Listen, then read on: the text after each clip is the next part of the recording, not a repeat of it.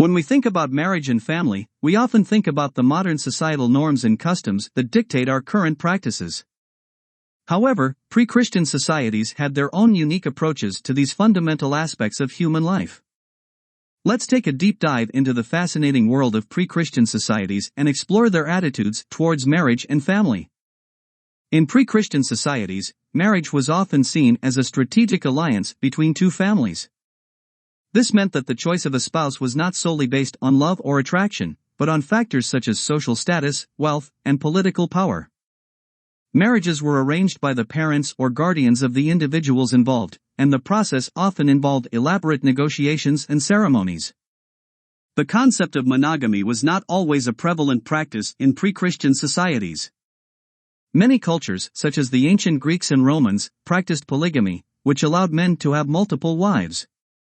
In some cases, women were also allowed to have multiple husbands. The role of women in pre-Christian societies varied greatly from culture to culture. In some societies, women held significant power and were revered as goddesses or spiritual leaders. In others, women were treated as second-class citizens and were subject to strict gender roles and limitations. Children were highly valued in pre-Christian societies and were often seen as a symbol of prosperity and continuity. The birth of a child was celebrated with elaborate rituals and ceremonies, and the upbringing of children was considered a community effort. Family dynamics in pre-Christian societies were often complex and multifaceted.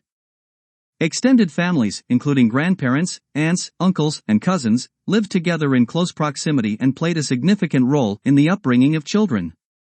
In some cultures, the concept of chosen families was also prevalent, allowing individuals to create familial bonds with those who were not related by blood. Overall, the approach to marriage and family in pre-Christian societies was vastly different from our modern practices. While some aspects may seem archaic or outdated, it is important to understand and appreciate the diverse ways in which human societies have approached these fundamental aspects of life throughout history.